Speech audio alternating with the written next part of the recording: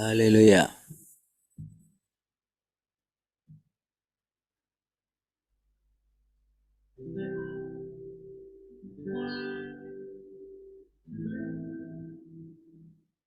Ku rindu Kau Tuhan, lebih dari segalanya.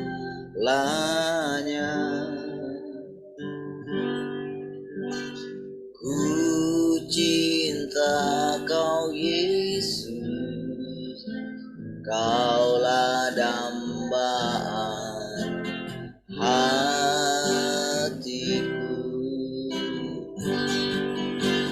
Ku rindu Kau Tuhan, lebih dari segalanya.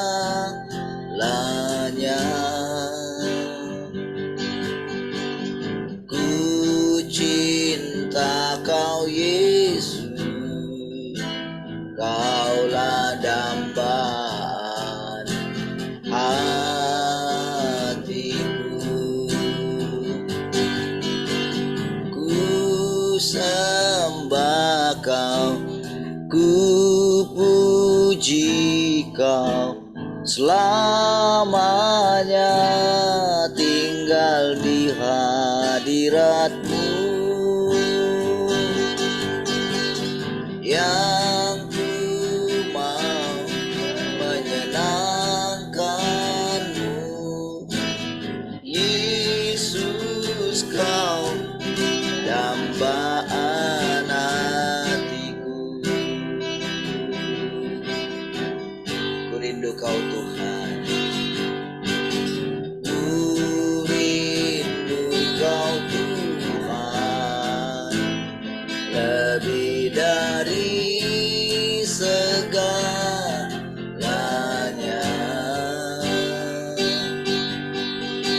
Ku cinta Kau Yesus, Kaulah dambaan hatiku. Ku sembah Kau, ku puji Kau, selamanya tinggal di hadirat-Mu, yang ku mau menyenangkan-Mu.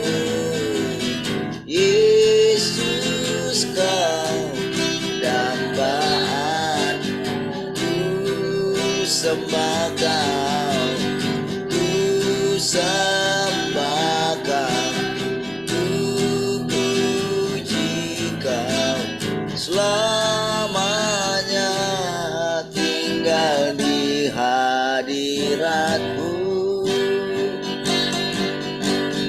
yang ku mau menyenangkan-Mu. Yesus, Kau dambaan hatiku, yang ku mau menyenangkan-Mu. Yesus, Kau dambaan hatiku. Yesus, Kau dambaan hatiku.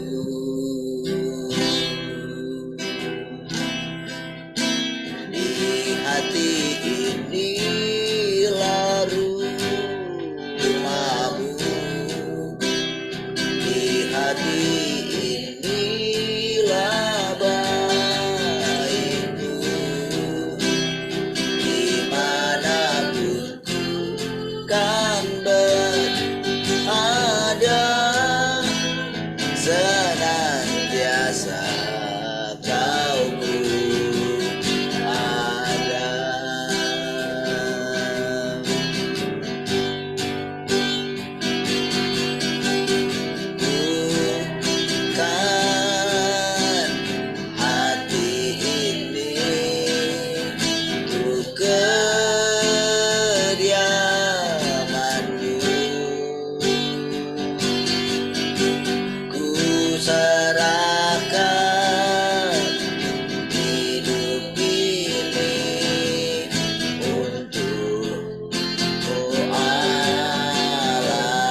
Mulai katakan, ku jadikan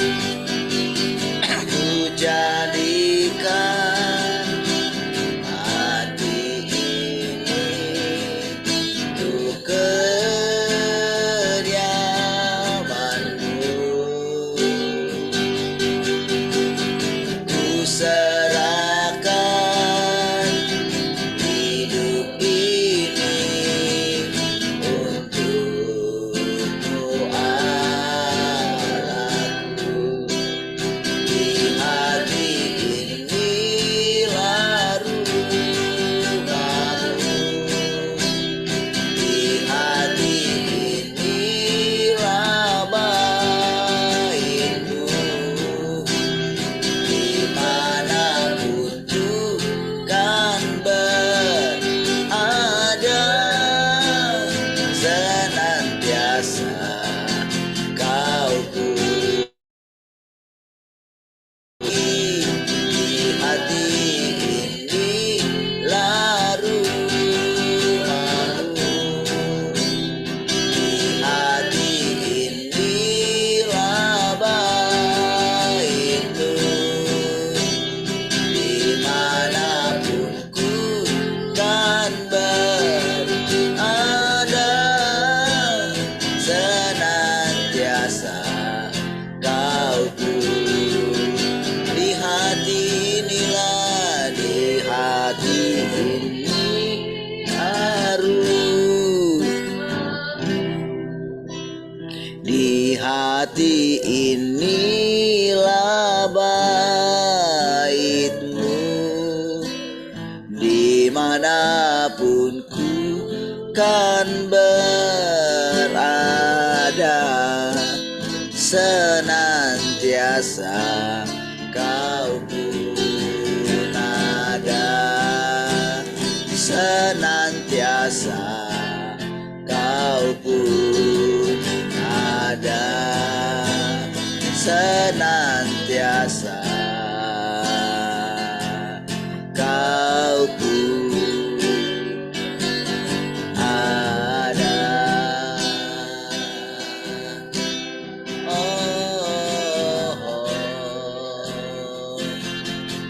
Haleluya, terpujilah Engkau. Haleluya, oh, oh. Terpujilah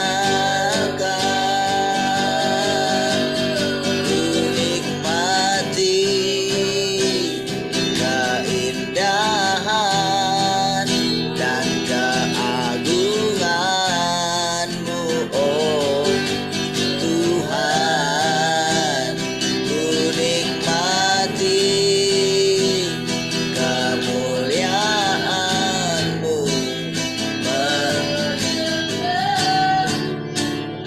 dengan segala hatiku. Rindu selalu bersamamu, rindu selalu bersamamu, tinggal di dalam kediaman-Mu, oh Tuhan. Sebab ku sukai hadirat-Mu, tak ingin ku terpisahkan. Dekat denganmu, itu yang ku rindukan.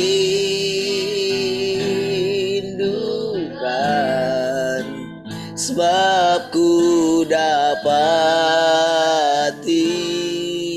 kedamaian.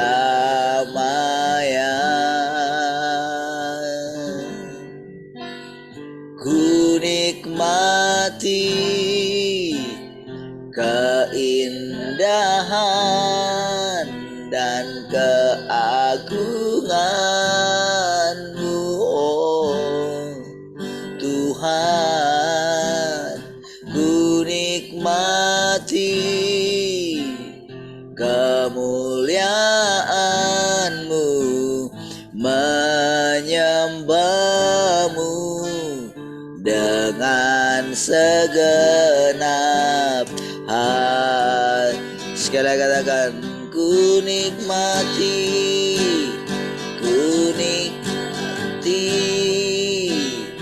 keindahan dan keagungan-Mu, oh Tuhan.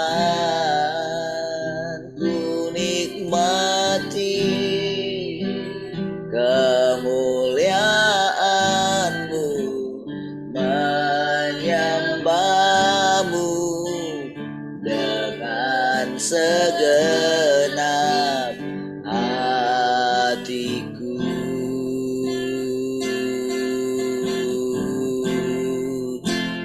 Menyembah-Mu dengan segenap hatiku.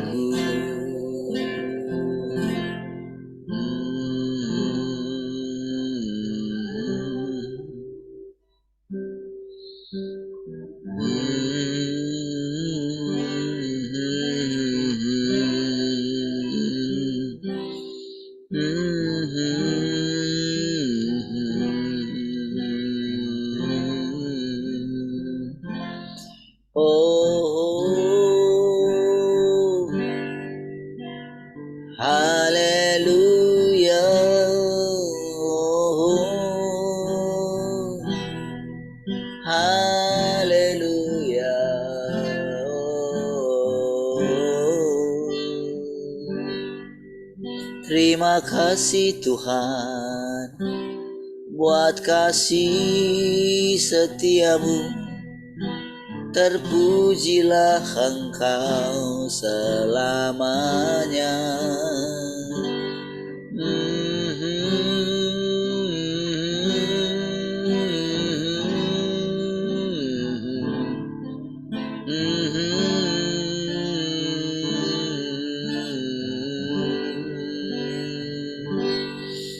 Oh, oh, oh,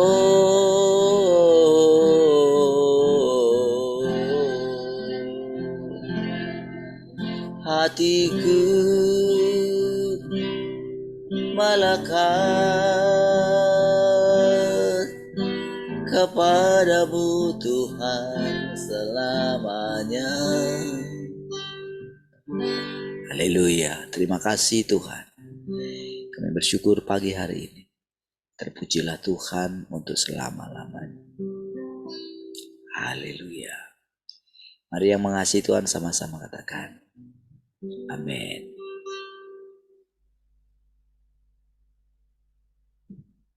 Baik, shalom semua, selamat pagi.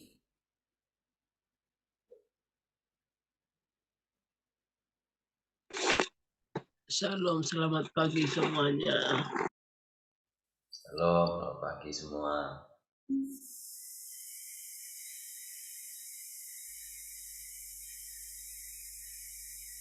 Salam Aye.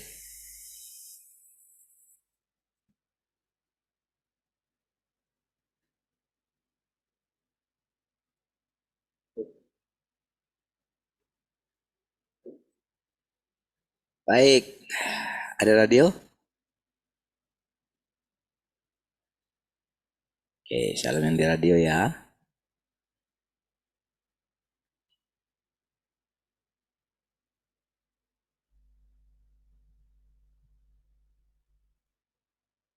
Salam Aye.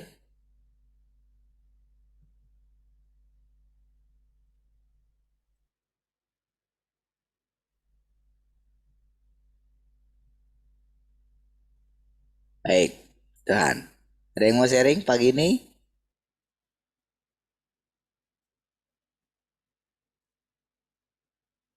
Pak Twin mau sharing?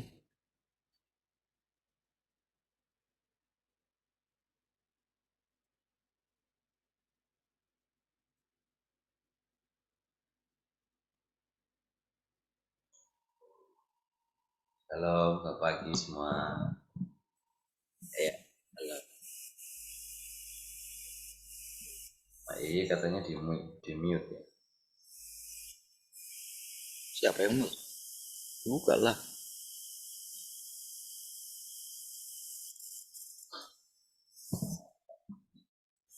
Salam saudara. Puji Tuhan. Saudara, kalau kita mendengarkan apa yang setiap hari kita dengarkan, saudara, perkataan-perkataan Tuhan, saya sangat percaya, saudara, ketika saya merenungkan, ketika segala hal yang harus kami lewati gitu ya, saya hanya bisa berkata bahwa memandang Tuhan, memandang pekerjaan Tuhan itu lebih bagaimana harus kita juga siap untuk menjalani apa yang Tuhan sedang nyatakan gitu ya, apa yang sedang Tuhan bawa kepada kita gitu ya. Saya percaya kita memiliki perjalanan yang berbeda-beda, walaupun mungkin kita sama-sama mendengarkan perkataan yang sama gitu ya, dalam hari-hari kita gitu ya. Namun saudara, ketika kita hanya belajar taat kepada Tuhan, kita belajar menjalani apa yang kita yakini gitu saudara. Jadi saya mendapatkan bahwa keyakinan dengan Tuhan itu melampaui agama, melampaui tata krama, melampaui segalanya gitu ya. Jadi kayak kita meyakini Tuhan itu adalah bagian dalam perjalanan yang kita jalani bersama dengan Tuhan gitu ya. Jika firman Tuhan jalani dengan Tuhan. Saudara, ada banyak hal gitu ya yang kadang nggak kita mengerti gitu ya. Atau kadang ada banyak hal yang sebenarnya kita mengerti, tapi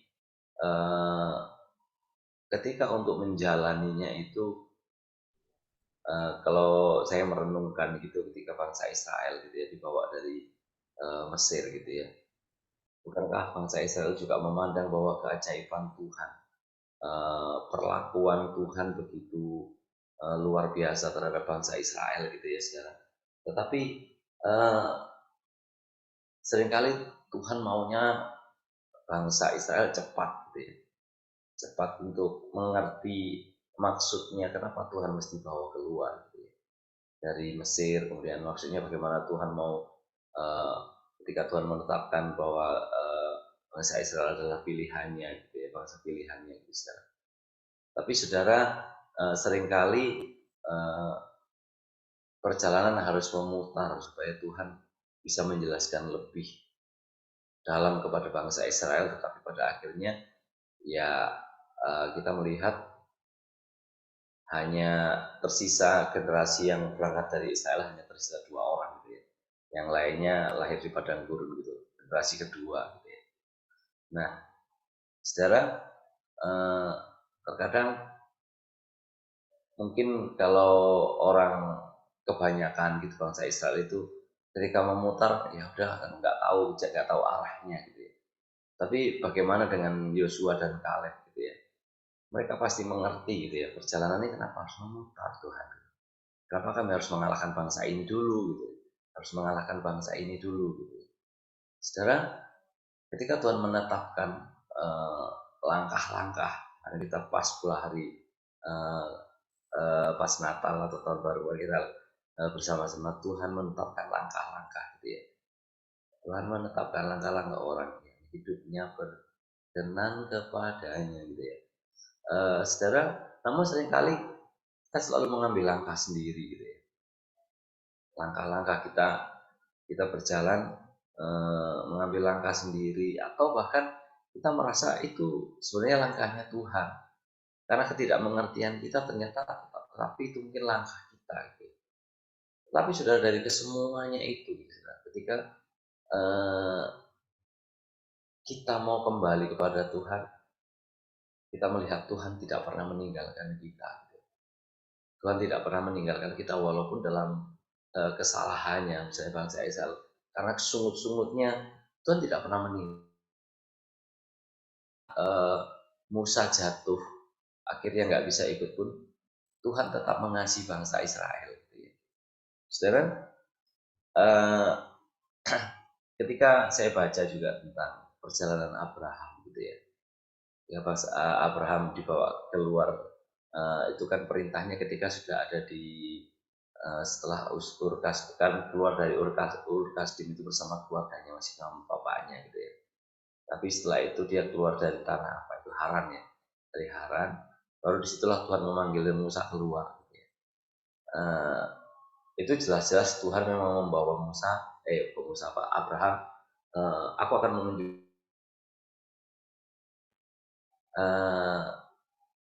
saudara, dalam perjalanan juga mengalami perjalanan yang bahkan dia harus menyerahkan istrinya, gitu ya, kalau boleh dibilang, gitu ya, karena kepada Fir'aun, gitu ya.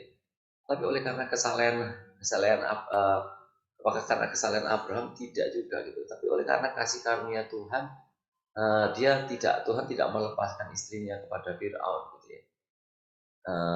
Tuhan bahkan membuat satu kutub, gitu, ketika malapetaka di Fir'aun dan kerajaannya, gitu. Di situ memang tidak detail disebutkan bagaimana apa yang terjadi, tapi itu terjadi malapetaka, gitu ya. Karena engkau mau mengambil istri Abraham, gitu. Saudara, perjalanan yang kita lewati, saudara, pahit, getir, gitu ya, menyakitkan, menakutkan, mengecewakan, eh, banyak hal yang bisa menjadi alasan kita, gitu ya. Banyak hal yang bisa menjadi alasan kita untuk eh, kehilangan arah, gitu ya.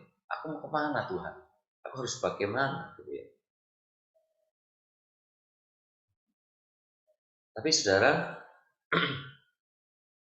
saya percaya kita berada di lingkungan yang tepat, gitu ya, saat ini. Gitu. Ketika firman menjadi panglima tertinggi bagi kita berjalan, gitu ya. Firman menjadi otoritas tertinggi, gitu ya. Ketika kita menempatkan itu, saudara, kita akan melihat di antara kita ketika kita berkata-kata, ketika kita bersama-sama, gitu ya. Kita akan melihat bahwa itu adalah Tuhan. Dan itu yang membuat kita memiliki kekuatan, memiliki pengharapan, gitu ya. Memang arti dari glory itu, saudara, bagaimana Tuhan, kalau tidak ada penderitaan yang dahsyat dari Tuhan, Tuhan laku alami, gitu, tidak ada kemuliaan.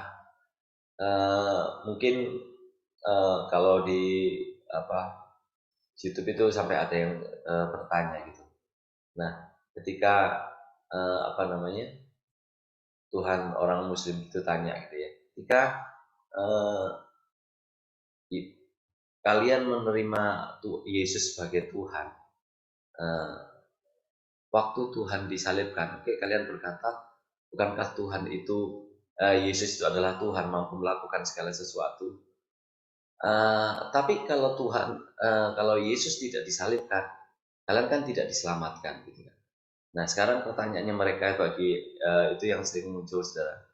Jadi kalau kalian hidup di zaman itu, maksudnya zaman murid-muridnya Yesus pada saat itu disalibkan, itu kalian sikap kalian seperti apa? Kalau kalian tahu misalnya itu adalah jalan untuk kalian lepas dari dosa, gitu. Apakah kalian bersukacita, menari-nari ketika kalian melihat Yesus disalibkan, atau kalian tetap menangis, gitu? Itu pertanyaan yang sering muncul di YouTube, gitu ya. Orang-orang Kristen di YouTube yang sekarang lagi banyak debat, gitu ya. Ya memang kalau diperhadapkan dengan keadaan itu, ya orang akan jadi bingung gitu ya. Kalau memang jadi murid-muridnya pada saat itu harus nangis atau harus menari-nari gitu ya. Karena lihat Tuhan, masa lihat Yesus disalib terus menari-nari, ya dengan jalan inilah aku keluar dari dosa gitu. Dengan jalan inilah aku diselamatkan. Pertanyaan yang akan menjadi dilematis gitu ya waktu itu. Kalau misalnya orang ditempatkan di posisi waktu dan Yesus itu disalibkan gitu ya.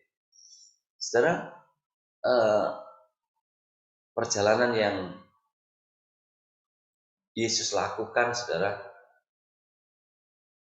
seringkali dan banyak hal saya pribadi, mungkin di antara kita juga belum bisa mengikuti sepenuhnya apa yang seperti Yesus lakukan gitu ya.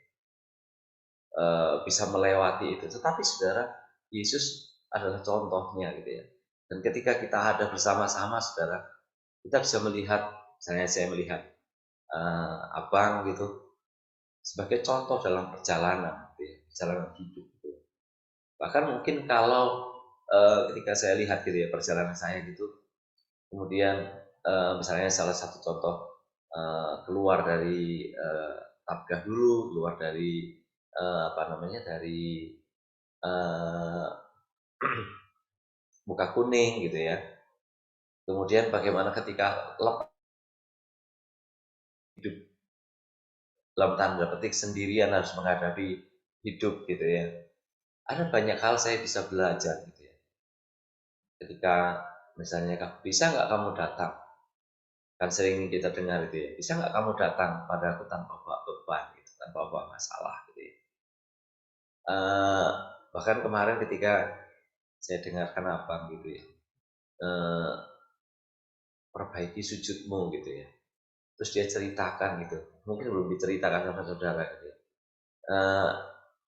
Perbaiki sujudmu itu karena seringkali saya juga masih baru terpikir gitu ya kemarin.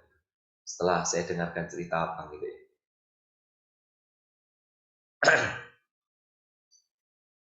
Tuhan berkata perbaiki sujudmu. Kita kan selalu punya rumus, kita duduk diam berdoa sungguh-sungguh, masuk ke hadirat Tuhan gitu ya, dengan apa namanya, dengan memuji Tuhan, masuk ke dalam ketenangan bersama dengan Tuhan gitu ya. Tapi ketika kemarin diceritakan perbaiki sujud, ya usah, terus abang praktekkan, ya sudah aku perbaiki sujudnya gitu ya. Caranya sujud aja yang diperbaiki, tapi nggak ngapa-ngapain gitu ya. Sebenarnya saya ketika saya dengar cerita itu saya langsung ingat gitu ya, saya sebelumnya itu kemarin waktu perbaiki sujud, saya bersujud maksudnya karena ya karena ada perjalanan yang begitu membuat saya harus benar-benar sujud dan mukanya sampai tanah gitu ya. Kalau di sini mukanya masih sampai harus ke keramik gitu ya, masih aman lah gitu ya, nggak harus sampai ke tanah gitu ya. Eh, saya sampai eh, saya puasa gitu ya, saya melewati, saya ingat cara-cara yang dulu gitu ya. Tapi ketika kemarin ketika saya dengar cerita abang, ya cuman perbaiki sujudnya aja gitu ya, ya simpel gitu, nggak harus sampai apa namanya ngomong terus ya kita minta ampun sama Tuhan, meyakini Tuhan gitu. Cuman dibilang perbaiki sujudmu, kadang-kadang kita terlalu melampaui perintahnya Tuhan gitu ya. Mungkin sujud saya sudah benar mungkin ya sampai ke muka saya sampai ke keramik gitu ya. Tapi mungkin Tuhan nggak seperti itu, makanya kenapa harus ada cerita abang, ya saya perbaiki aja sujud saya sampai, ya kalau saya dilihat orang terus kayak cerita kan kayaknya lucu tuh, konyol gitu ya. Nggak rohani gitu kan nggak rohani, cuma memperbaiki sujud. Misalnya sujud itu seperti apa gitu ya, kalau di kerajaan di Jawa ya sujud ya benar-benar glempoh atau orang Jawa itu, jadi benar-benar sampai bersimpuh gitu kan sujud itu gitu ya. Abang praktekkan itu, saya dalam hati saya ketawa gitu ya.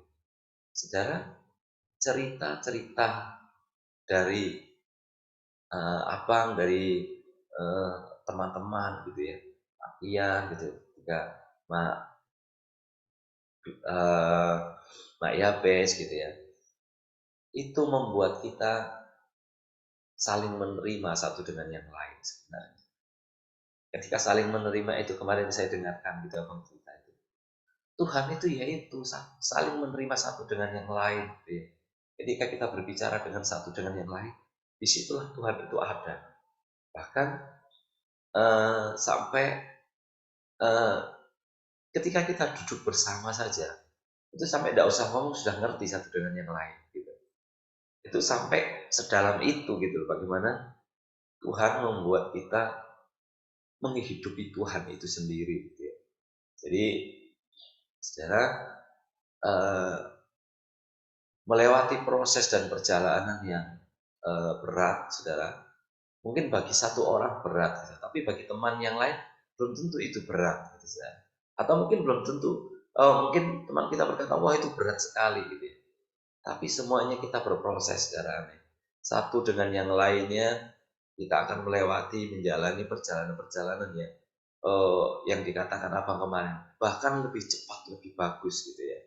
Bahkan lebih cepat, lebih bagus. Lebih cepat, lebih bagus itu ya bisa kita melewati hal yang bahagia, kita melewati hal yang menyakitkan, penderitaan atau kesenangan, saudara. Tapi semuanya itu, di antara semuanya itu satu hal, saudara. Tuhan tidak pernah meninggalkan kita. Tuhan tidak pernah meninggalkan saya. Tuhan tidak pernah meninggalkan kita semua. Apapun, saudara, dalam segala keadaan kita. Saya hanya memandang bahwa Tuhan tidak pernah meninggalkan saya. Sekarang,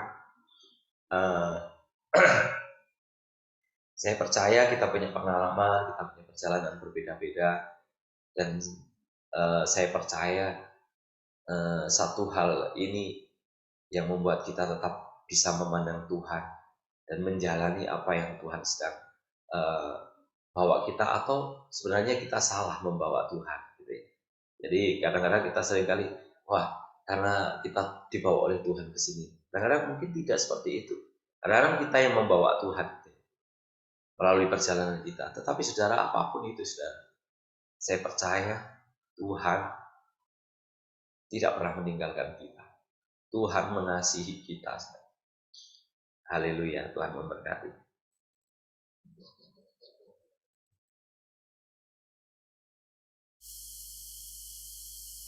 Oke, baik, puji Tuhan.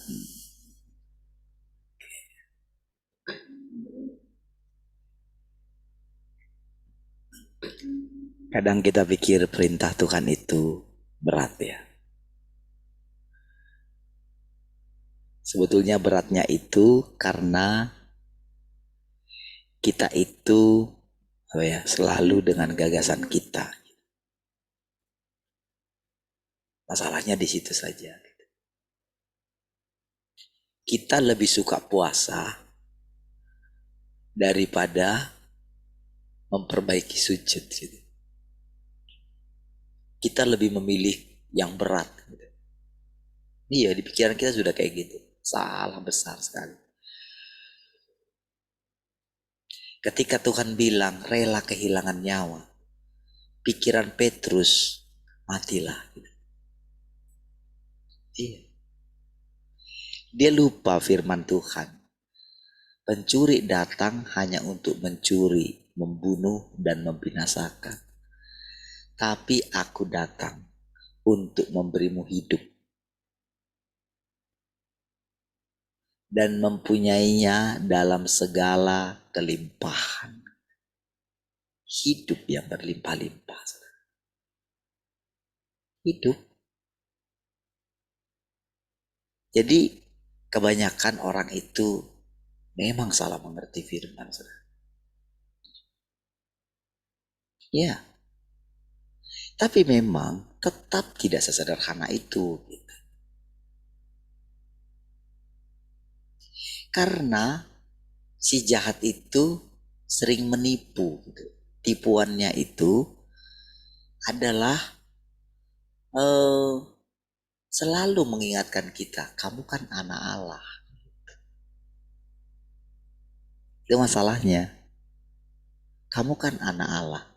Masa kamu kayak gini? Kamu kan sudah berbuat baik. Kamu kan sudah mentaatinya. Kamu kan sudah sungguh-sungguh. Kan kamu pasti lebih baik daripada yang lain. Tapi kok kamu kayak gini terus? Di manalah Allahmu itu? Tuntutlah keadilan sama dia. Selalu kan.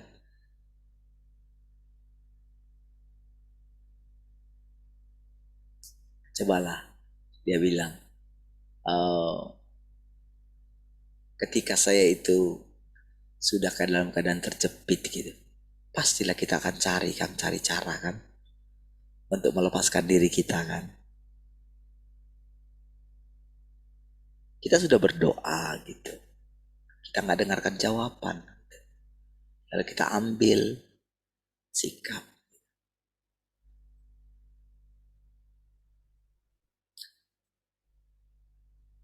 Kan pasti bertengkarlah sama Tuhan.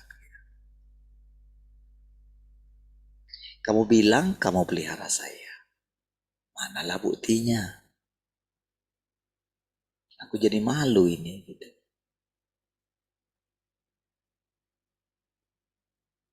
Harus menghadap katanya, menghadap. Tapi kan waktu menghadap itu kan rasanya malu kan. Saya ingat waktu saya nggak bisa bayar uang sekolah anak saya gitu.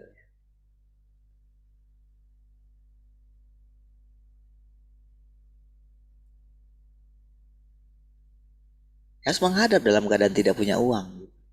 Harus merendahkan diri. Bu, Pak, berikan saya kesempatan. Saya belum bisa bayar. Gimana ya caranya ya?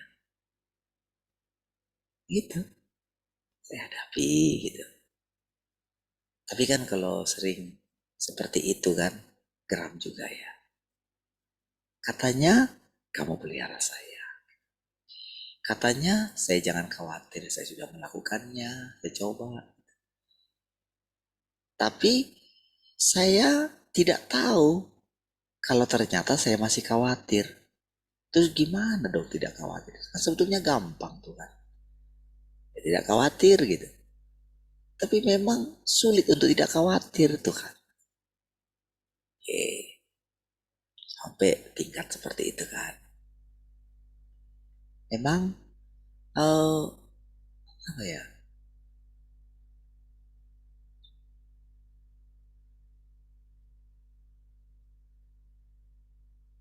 Ketika kita dituntun keluar itu, ketika kita sudah keluar, kadang-kadang ingat gitu. Kenapa lah dulu aku keluar ya? Jadi begitu teman-teman sibuk dengan jalannya sendiri gitu ya. Saya dibiarkan sendiri gitu ya. Sudah jelas-jelas dari mana lah saya uang gitu. Tapi memang diizinkan kan, nggak ada pertolongan dari teman-teman yang dimana saya dukung mereka gitu. Ya, yang pertama dipanggil bukan mereka, saya kok. Berarti kan sebetulnya keluar itu bergantung ke saya, walaupun mereka ya posisinya pada waktu itu lebih tinggi dari saya. Saya apalah, cuma wakil di muka kuning. Tapi kan baru setahun langsung saya dipecat jadi wakilnya kan. Wis. Ya, ya saya jalani gitu.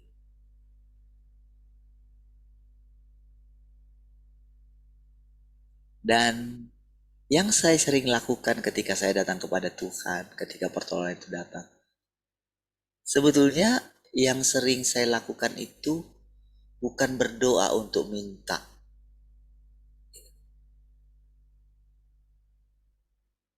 Enggak.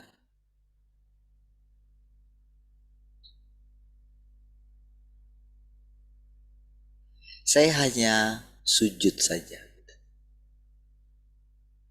Saya ingat waktu itu ya, ketika sudah coba ini, coba itu gitu ya, datang pertolongan sedikit. Saya ingat waktu itu saya datang ke gereja gitu, sendiri, belum ada orang di sini. Saya nginap sendiri ya. Ya nggak lakuin apa-apa, cuman datang nginap di sini aja. Dan besok paginya sudah ada kerjaan. Iya, lega lagi. Cukup lama, saudara. Ya, sampai jadi ketika dalam keadaan itu Tuhan bilang saya full time gitu. Waduh, 2011 saya ingat itu. Dalam keadaan ya minus kayak gitu. Lucu juga ya, kok bisa dulu kami hidup, itu pun heran sekali.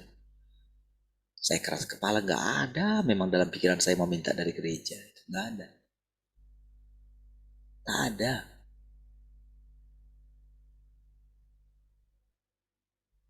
Nggak ada pikir lah gitu. Karena memang ya lihat keuangannya yang nggak cukup gitu. Makanya saya biarin aja keuangannya gitu sudah.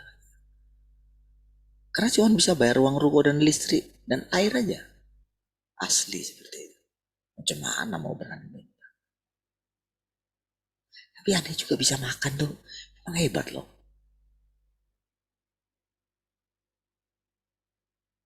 Iya.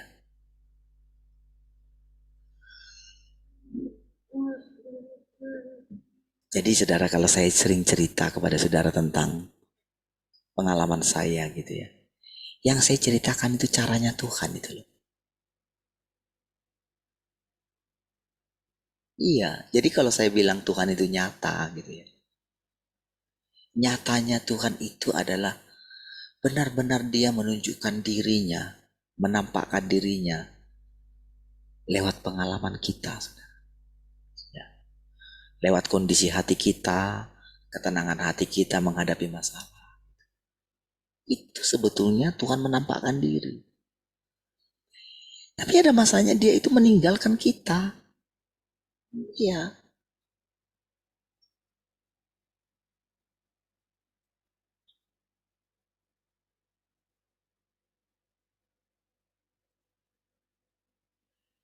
kalau saya mau mundur dari hidup ini, sudah dari dulu saya mundur. Ya, pertama-tama saudara ingatkan, semua bagi saya menjengkelkan. Saudara ingat, kalau saudara buka rekamannya jelas kok. Bahkan sama istri saya sendiri pun saya jengkel.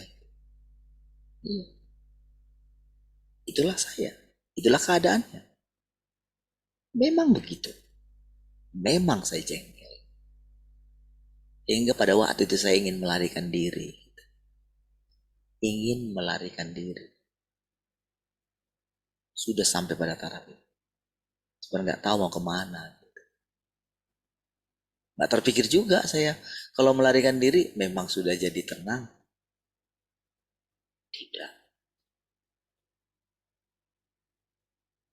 Disitulah saudara saya mulai apa ya, menerima keadaan. Dulu kalau saudara ingat saudara, orang-orang yang keluar. Itu ketika saya di mimbar itu, tahukah saudara? Itu benar-benar semua ya, jadi yang menjengkelkan itu saudara, itu benar-benar rasanya saya itu nggak tahan berdiri di depan gitu. Makanya kalau saudara lihat emosi gitu.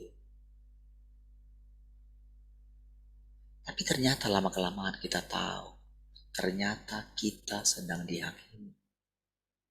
Saya sedang dihakimi. Ya, inilah kamu. Ya,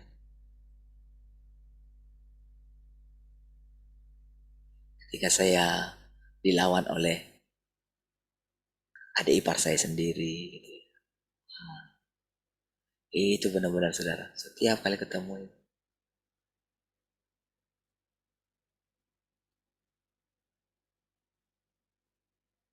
Sampai nggak mau lagi ikut Zoom gitu ya.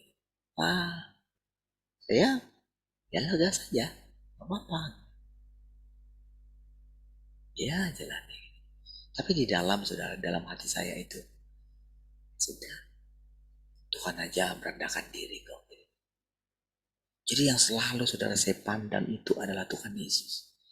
Itu benar-benar di pikiran saya selalu itu tak ada. Barulah Tuhan ajarin gitu. Tuhan ajarinnya gini, pertama-tama kalau yang saya lihat. Yang sampai saat ini saya pegang itu adalah aku hidup dalam Engkau. Itu yang saya renungkan terus.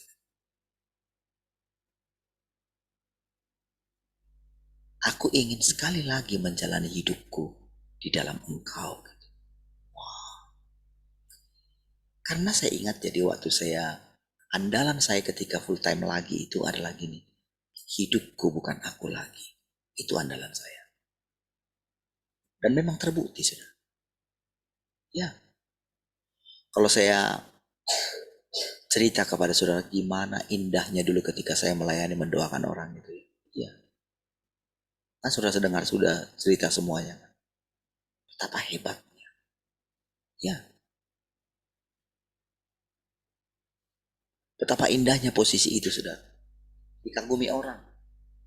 Ya. Diikuti orang. Pergi kemana-mana dari satu rumah ke rumah yang lain. Dibawa pakai mobil mewah gitu. Iya. Beneran. Dan pada waktu itu saya sedikit pun tidak ada merasa minder sama siapapun paling orang kaya gitu. Pada waktu itu Tuhan bilang sama saya, di hadapan pemerintah sekalipun engkau tidak boleh gentar sedikit. Ya. Makanya saudara, kalau saya cerita kepada saudara ketika Yesus mengatakan itu kepada Pilatus ya, sedikit pun kamu tidak punya kuasa. Saya itu kagum sekali saudara. Saya benar-benar seperti hidup pada waktu itu. Saya seperti membayangkan saya yang ngomong sama Pilatus itu. Dan seperti itulah sikap saya selalu ketika menghadapi orang-orang, siapapun dia.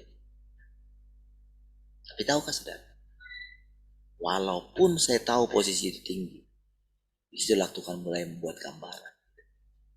Kamu tahu aku? Ini Tuhan sendiri yang ngomong, bukan Tuhan Yesus. Yang disebut oleh Tuhan Yesus itu Allahku dan Allahmu. Kan Tuhan Yesus kan ngomong kayak gitu kan.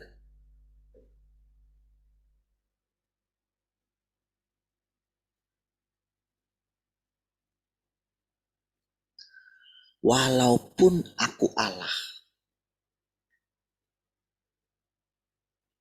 Tahu nggak pikiranku di dalamku, intiku itu, watakku itu. Aku sanggup mengambil tempat yang lebih rendah daripada ciptaanku. Itulah pikiran Kristus. Ya. Itulah yang membuat dia tega meninggalkan anaknya sendiri. Ya. Kalau kita mau ambil sikap. Kalau dia bapak, Yesus anaknya. Ya.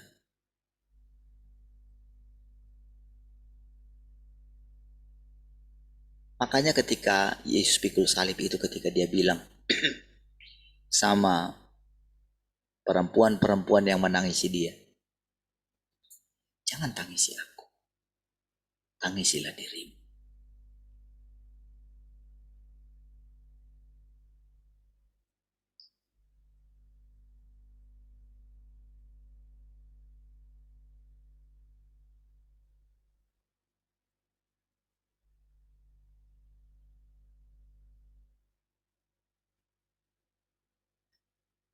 Saudara, sebodoh apapun kita, sekeras hati apapun kita, sedablek apapun kita,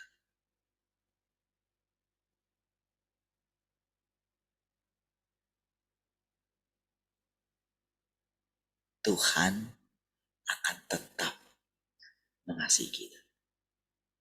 Itu gak pernah berubah. Mau dia marah, mau dia apa, mau dia cuekin kita, gak bisa meninggalkan kita. Itu untuk membuktikan kalau Allah itu setia. Dia setia bukan karena menunjukkan kasih setianya kepada kita. Bukan karena kita ditolong, bukan. Bukan karena kita baik, bukan. Dia setia karena memang itulah namanya. Makanya kita nggak bisa sebut, siapakah engkau, siapa namamu. Karena nama itu kan hanya mewakili satu identitas, satu karakter kan. Misalnya kalau nama saya Parlindungan gitu. Nama saya kan ya cuman Parlindungan gitu. Artinya kan melindungi. Kan itu kan.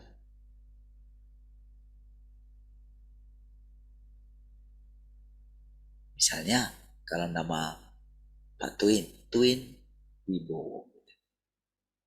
Wibowo itu kan artinya berwibawa. Kalau Twin saya nggak tahu apa artinya gitu.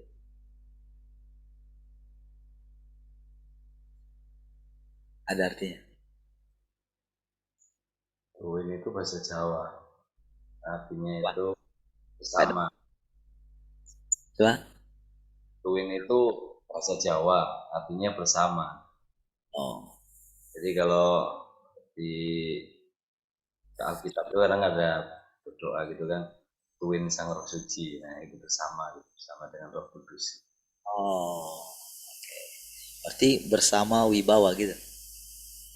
Wibawa bersama gitu. Kira-kira gitu. Saya kira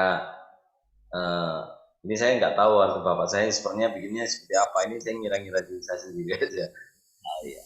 Terutama dengan kewibawaan gitu. Oke, ya. Oke ya. Tapi kan kita tahu tidak ada yang kebetulan dalam hidup ini.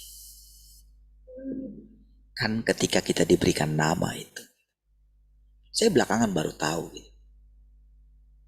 Kenapa mama saya kasih nama saya Parlindungan? Ya. Nah, tapi kan itu mewakili satu ini saja kan. Berarti kan kalau kita itu kembali kepada pencipta kita. Kan katanya kita diberikan nama baru kan. Yang seorang pun tidak tahu kecuali orang itu sendiri katanya. Ya kan? Tahukah saudara? Ingat ya, ini catat saudara baik-baik gitu. Simpan dalam hatimu supaya engkau nggak memusingkan lagi apapun yang kau hadapi gitu. Mau punya utang kah? Mau apakah gitu. Pegang ini ya. Tuhan sudah menentukan nasib tiap-tiap orang. Oke? Yang dilihat dia itu bukan personal. Yang dia lihat itu adalah manusia. Kitalah yang selalu mengatakan, oh aku anaknya dia. Itu personal kita. Dia yang dilihat itu manusia sejak dari awal sampai dengan akhir. Yang dilihat itu manusia itu satu aja menurut dia. Makanya ketika dia pilih Yesus gitu. Jadi ketika dia membuat dirinya jadi Tuhan itu saudara menciptakan satu bejana casing, oke, yang akan menampung dirinya supaya nanti melalui casingnya ini, melalui tubuhnya Yesus ini, oke, jadi dia itu create sesuatu ciptaan baru. Yesus itu ciptaan baru saudara, oke. Dan Yesus pun baru menyadari. Jadi dia itu belajar terus saudara. Dan dia itu berpatokan kepada apa yang diceritakan mamanya. Dari situlah dia mulai menyadari. Oh ya. Jadi ketika dia dengar omongan teman-temannya, sebayanya gitu. Kok kamu beda dengan bapakmu, dengan saudara-saudaramu yang lain gitu. Kok kamu jelek sendiri? Ya. Baru setelah diceritakan sama mamanya, dia itu tenang dan disitulah dia mulai connect dengan roh Allah. Ya. Dan dia melihat bagaimana dari dia itu benar-benar bisa tahu apa saja. Makanya dia bisa mengajar ahli-ahli Taurat itu. Ya, hebat sekali hebat. Dan terus dia lanjut. Saudara bisa baca sendiri kisahnya. Gitu. Oke. Dan dia tidak dapat melawan kodratnya sebagai orang yang akan menyatakan bapaknya. Yang disebut oleh bangsa Israel itu.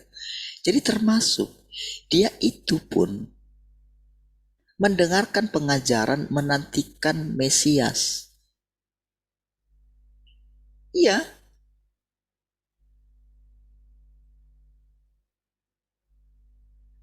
Jadi bagaimana Allah yang tidak kelihatan itu menuntun Yesus itu dari hari ke sehari sampai ketika Allah itu sendiri membaptis dia.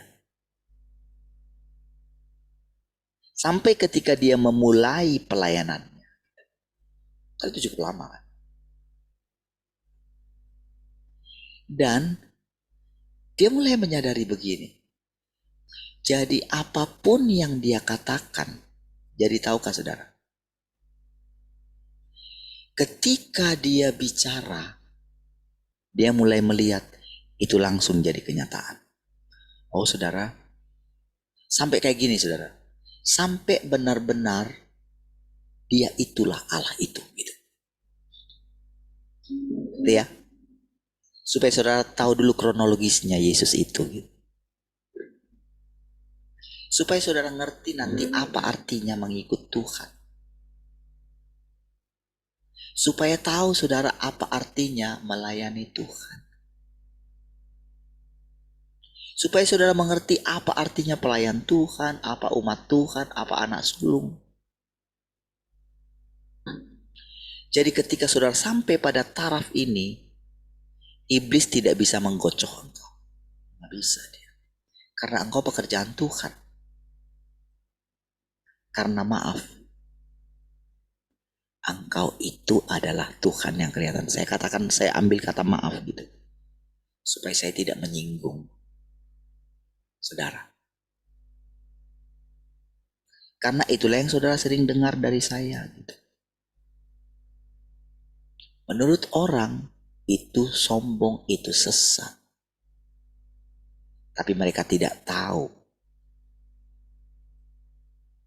Itu adalah harga yang harus kita bayar. Di mana orang akan menghina kita dengan pemikiran yang kita punya. Karena gak ada orang yang berpikiran seperti itu. Tidak ada orang yang pernah ngajar kita seperti itu. Sampai kapanpun kalau manusia dengan cara agamawi yang sekarang mau mengenal Tuhan. Sampai mereka itu berinkarnasi berapa kali. Mati hidup, mati hidup, mati hidup, mati hidup. Mereka tidak akan pernah berjumpa dengan Tuhan itu sendiri. Ini kebenaran. Jadi ketika dikatakan pada mulanya adalah firman. Firman itu bersama-sama dengan Allah. Jadi Allah yang coba kita bayangkan itu sebagai satu pribadi. Dia itu sedang menerangkan pada mulanya. Jadi kalau kita mau dengar dia terus terang. Karena aku ini juga tidak tahu. Makanya aku bilang pada mulanya adalah firman. Begitulah keadaannya. Jadi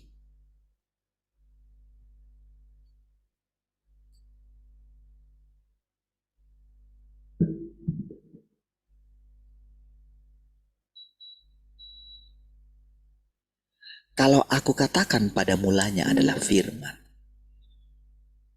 oke?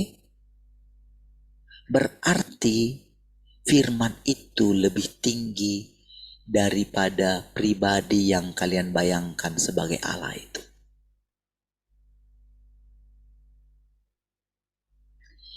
Jadi ketika Allah berfirman, oke? Ketika kita berkata-kata, maka kita akan dikuasai oleh kata-kata kita sendiri. Ya. Makanya yang dia mau ajar kita adalah gini. Kamu mesti belajar mengenal aku. Siapa watakku. Kalau kita sampai pada taraf kita itu benar-benar adalah ciptaan Allah yang dibentuk dengan tangannya sendiri. Yang dia berfirman, walaupun dosamu merah seperti kermiji, mari kita berperkara. Endingnya apa? Aku tidak mungkin tidak mengampuni. Tidak mungkin. Makanya Tuhan jelaskan kepada kita tentang Kain itu. Ya. Oh, Tuhan gak panik ketika Habil itu dibunuh. Dia gak panik.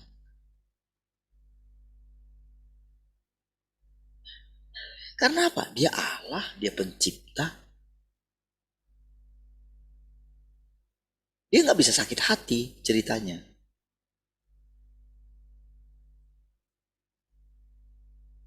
Ya.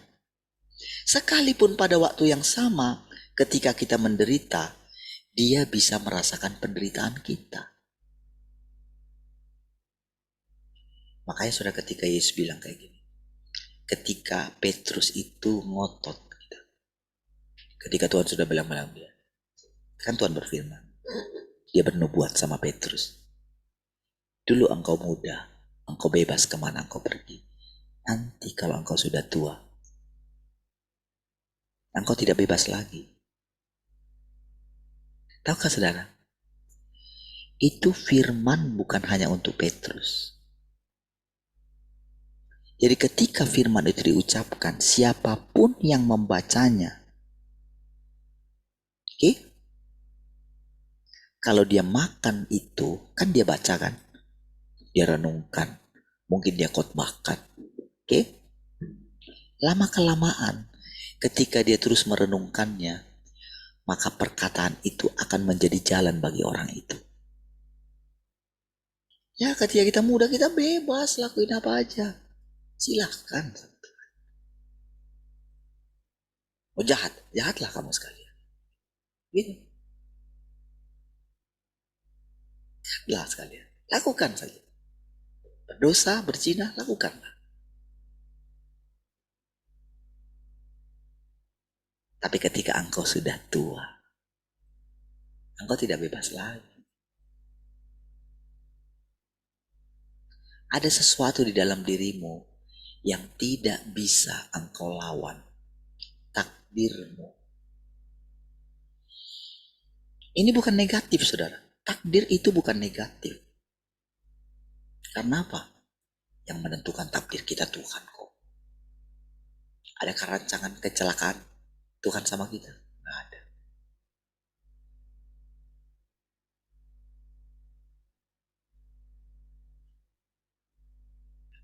Cuman sering juga kita itu menduga-duga.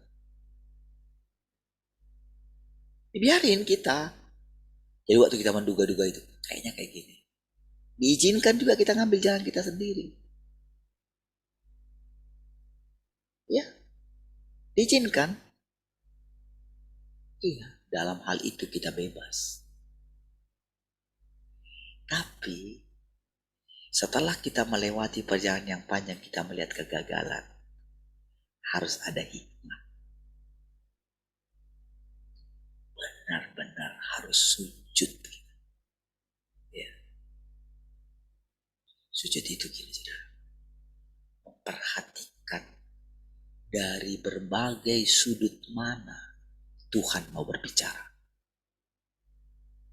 Aja ingat, saudara? Melalui lagu-lagu dunia dulu. Ingat dulu? Perjalanan ini terasa sangat menyedihkan. Sayang engkau tak duduk di sampingku kawan. Banyak cerita yang mestinya kau saksikan di tanah kering bebatuan. Oke? Siapa yang menciptakan itu? Bukan orang Kristen. Tapi orang yang menjalani hidup, yang melihat keadaan bangsa ini, keadaan tempat yang sedang dia perhatikan. Dia mau cerita. Lihat, ingat itu, saudara? Masih ingat seikat kembang mawar itu?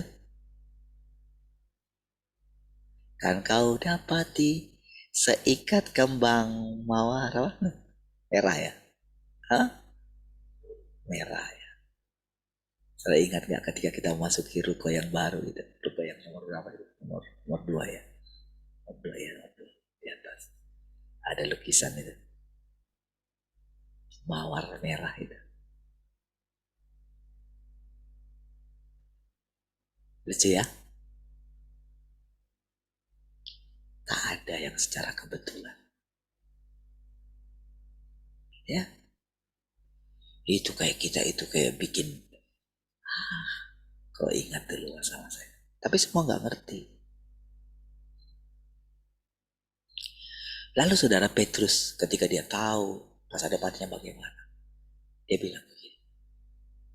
Lalu apa yang akan terjadi dengan orang itu, katanya. Bilang Yohanes gitu. Pada waktu itu sebetulnya tidak ada nubuatan tentang Yohanes. Jadi yang membuat definisi murid yang dikasihi oleh Tuhan bukan Tuhan, tapi Yohanes sendiri. Saudara bisa buat definisi diri saudara sebagai murid yang dikasihi oleh Tuhan. Karena itu firman. Itu pengenalan, saudara. Itu pengenalan Yohanes. Saudara bisa, karena semuanya firman. Tuhan itu adalah firman. Makanya iblis itu sering membawa kita. Jadi ketika kita itu tertolak ya. Kain itu tertolak karena perbuatan jahatnya. Sampai dia tidak bisa melihat hatinya Allah. Sampai gak bisa. Karena dia tertolak. Habis bunuh adiknya. Ya. Sampai dia gak bisa mendengarkan suara Allah. Sampai dia gak bisa mengenal. Ya pada waktu itu saudara. Belum lama. Belum panjang umur manusia. Ada yang ngajarin juga. Masih mereka berdua kok waktu itu. Siapa yang ngajar? Pada waktu itu dia tidak tahu. Bukan kayak sekarang saudara. Orang tua kita ngajarin. Kamu yang paling besar ya. Misalnya harapan orang tua saya sama saya. Namamu aku berikan perlindungan. Supaya nanti adik-adik dia akan engkau lindungi. Yang gitu kan. Saya harus mengemban tugas itu saudara. Harus menyandang nama itu.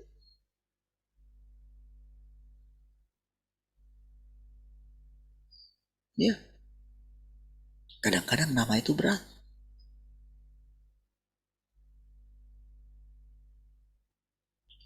Bayangin. Bayangan daripada mertua saya ketika kasih nama Tuin Wibowo pasti ada. Tapi ketika dia lihat, mungkin pada perjalanannya dia lihat tidak seperti nama itu. Orang yang menyandangnya, Pak Tuin yang menyandangnya, memang rasanya dia akan lihat ketika dia bicara, ketika ini ada wibawa Tuhan. Tapi untuk melanjutkan itu ternyata ada sisi negatif daripada panggilan yang tinggi. Seperti yang dialami oleh Lucifer. Dia sombong dengan panggilan yang tinggi itu.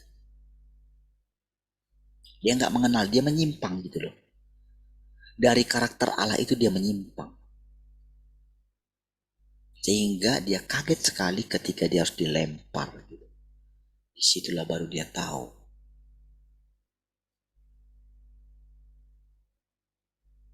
Allah murka kepada dia.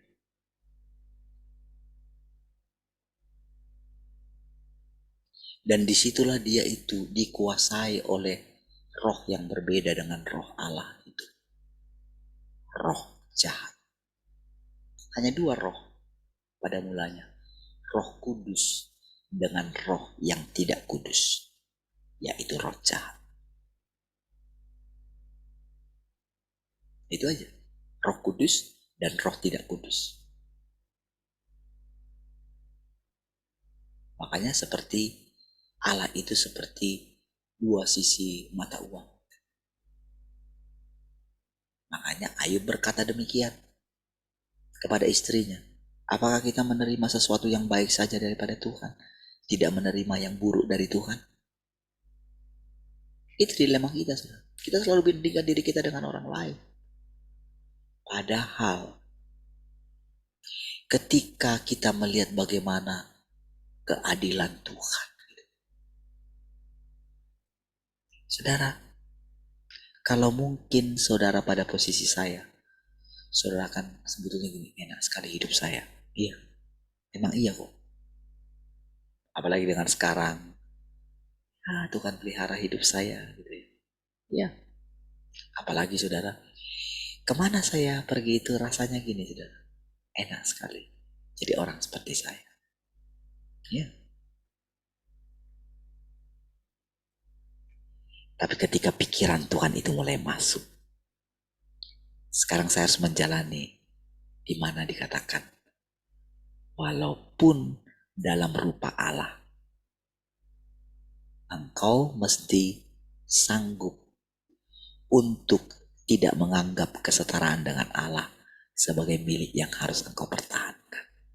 Aku sendiri melakukan loh. Kamu sopo. Aku ini pencipta loh. Tapi aku harus tunduk kepada firman. Iya saudara.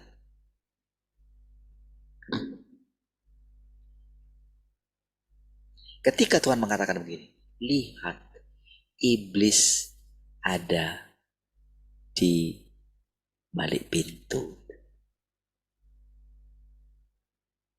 Ada di depan pintu.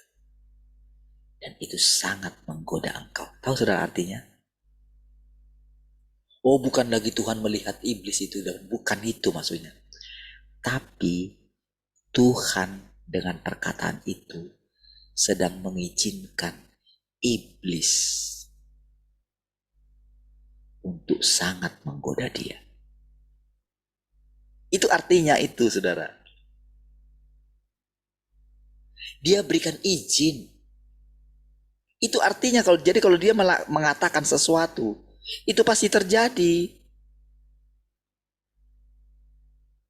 Tapi engkau harus berkuasa atasnya. Makanya saudara, ketika kita itu lagi lagi kita kalut gitu ya. Gimana ya? Kalut sekali gitu.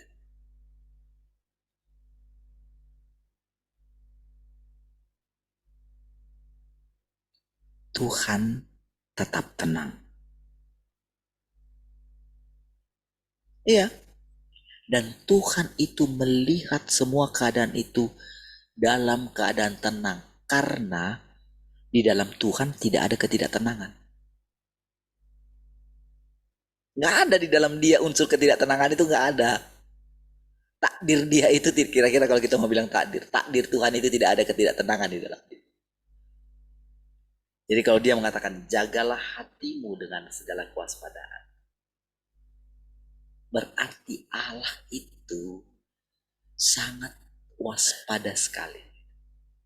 Iya, tidak ada di dalam dirinya itu yang bergerak, tidak ada di dalam dirinya itu yang bisa dimasuki oleh sesuatu yang cemar, nggak bisa. Karena memang takdirnya demikian. Makanya ketika Yesus mengatakan begini tentang masalah perceraian gitu kan, ada orang yang ditakdirkan, nah, kan gitu kan, untuk tidak menikah. Tahukah saudara?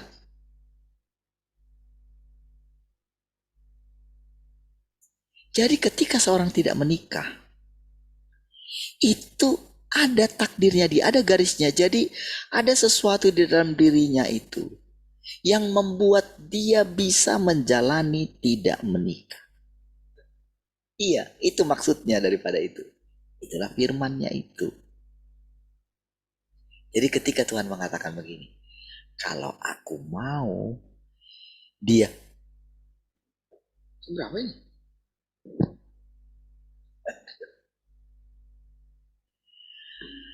Kalau aku mau, dia hidup sampai aku datang. Nah, dalam hal itu saudara, dia sedang tidak mengatakan, dia sedang tidak berfirman, dia sedang tidak bernubuat kalau Yohanes tidak akan mati. Dia tidak begitu. Dia bilang, kalau aku mau.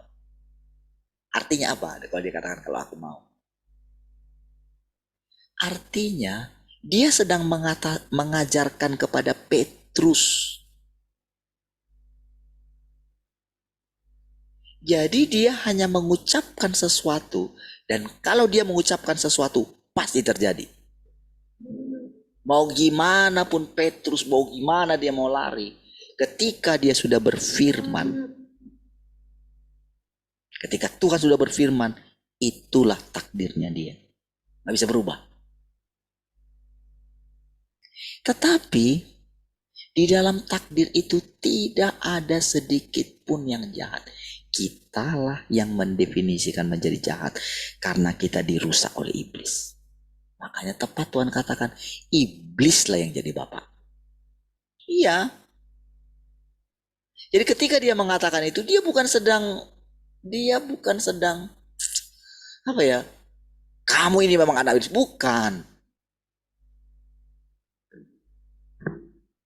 Karena semua manusia sudah dirusak itulah, maka sebetulnya semua manusia ini bapaknya iblis gitu kira-kira. Artinya telah mengikuti iblis, kerusakan yang dia buat. Makanya waktu kita itu khawatir, waktu kita takut, waktu kita nggak setia, berarti kita sedang menyembah iblis. Itu maksudnya. Jadi ketika kita menjalani hidup kita, ketika muka kita muram, ketika kita itu mempersalahkan Tuhan terus, pada waktu itu saudara, itulah kebodohan kita. Karena kita nggak mengenal Tuhan. Bayangkan Tuhan iblis sudah buat kita menderita. Sudah buat kita khawatir. Sudah buat kita susah. Dia mencuri. Malah kita mau tinggal. Kita mau memelihara kekhawatiran kita. Kita mau memelihara ketakutan kita. Kamu ini ya, katanya kamu berdoa kepada aku. Tapi kamu masih mau tinggal di situ. Tahu nggak kamu?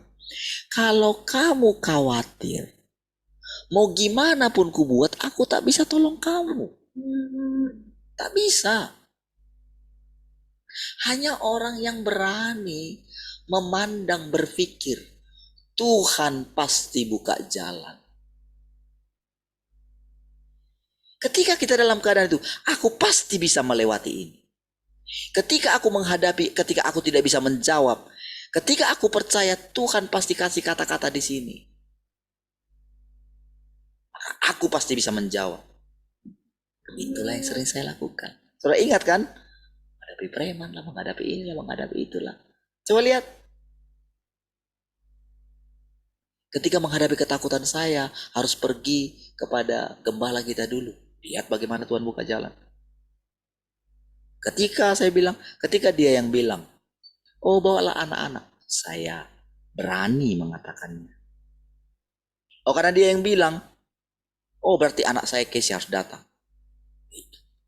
Dari mana uangnya? Kalau pikir-pikir, UKT saja berapa? Ongkosnya berapa?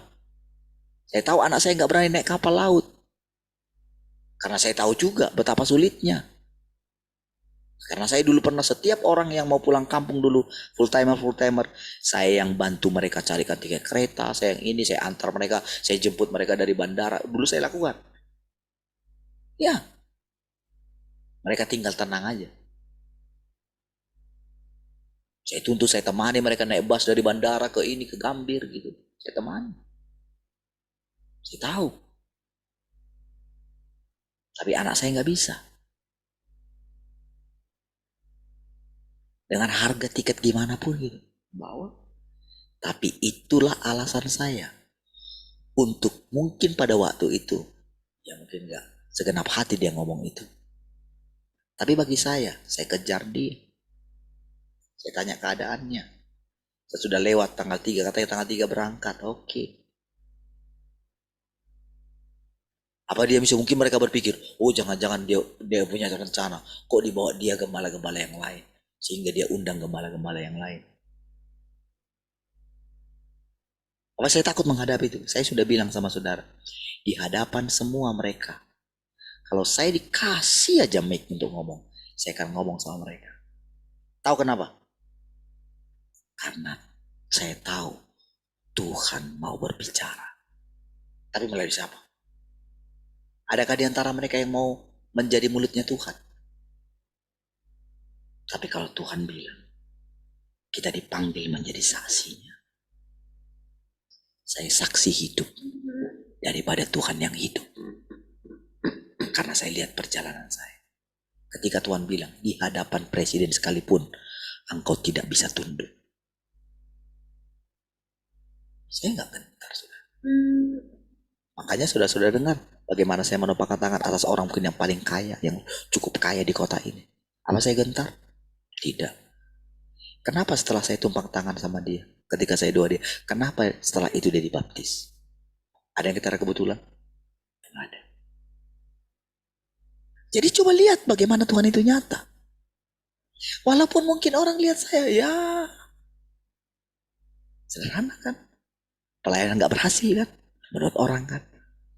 Tapi Tuhan bilang, siapa bilang kamu gagal? Oh. Percayai firman itu.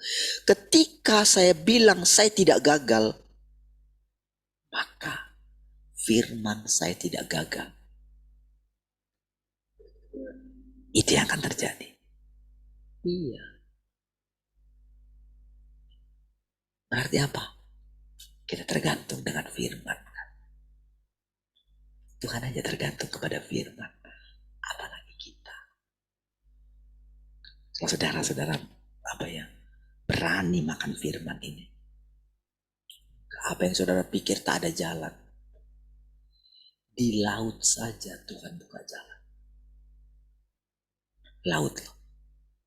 Laut itu saudara, harusnya itu kapal jalan di atasnya. Tapi yang tidak harus ada jalan, bisa ada jalan. Itu artinya. Ketika dia bilang, kau ambil alih ya Tuhan. Engkau mesti percaya. Tuhan yang ambil alih, jangan takut. Tuhan loh, pemilik segala sesuatu. Yang buat, yang mengangkat setiap pemerintahan di dunia ini. Dia yang ngatur semua. Iya. Mau gimana pun mungkin orang menolak, gereja menolak 01 dengan segala macam cara. Kalau Tuhan menetapkan 01, 01. Iya. Tuhan mengubah nasib orang. Karena hati orang di tangan Tuhan. Mau bilang apa? Jadi ketika kita katakan, kau ambil alih ya Tuhan. Kita masih pegang-pegang sih hidup kita. Kita dikejar-kejar oleh ketakutan kita. Yang saya mau bilang ini. Bangkit sebagai laki-laki. Bangkit sebagai laki-laki itu bukan badannya kekar. Bukan. Karena banyak yang laki-laki badannya kekar. Suaranya lemah gemulai gitu. Bisa bilang, siapa yang gak takut istri? Siapa sih yang takut istri? Cemen katanya. Begitu istrinya datang. Paling takut sedunia sama istri. Kegagahan laki-laki itu. Ini loh, berani bersikap. Bangkit dari keadaan. Iya. Walaupun umurku sudah 80. Tapi kekuatanku sama dengan 40. Gitu. Laki-laki itu kayak gitu. Ku bayar kau. Gitu. Begitu datang surat itu, ku bayar kau. Ya, jadi iman itu, jadi perkataan itu yang membuat itu terbayar. Iya, orang nggak bisa intimidasi kita. Orang kita lagi menjalani, orang prosesnya Tuhan kok. Ngapain kita takut dengan keadaan itu? Ya.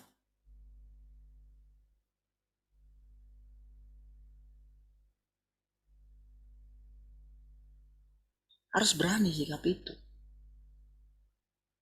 Kalau dia bilang, dia tanggung hutang kita.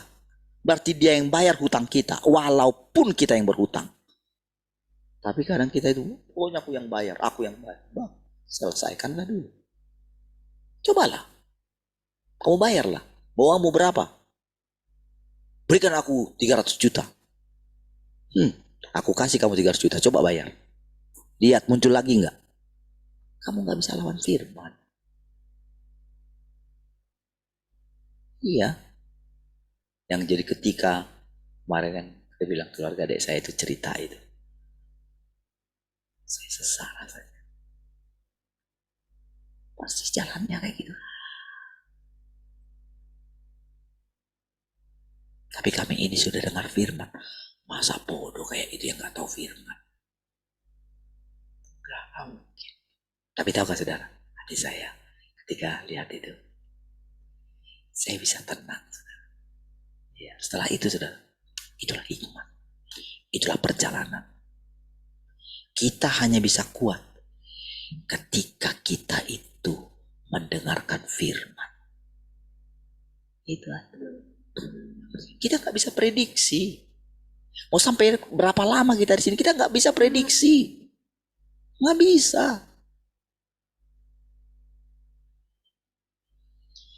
Tuhan sudah menentukan nasib kita.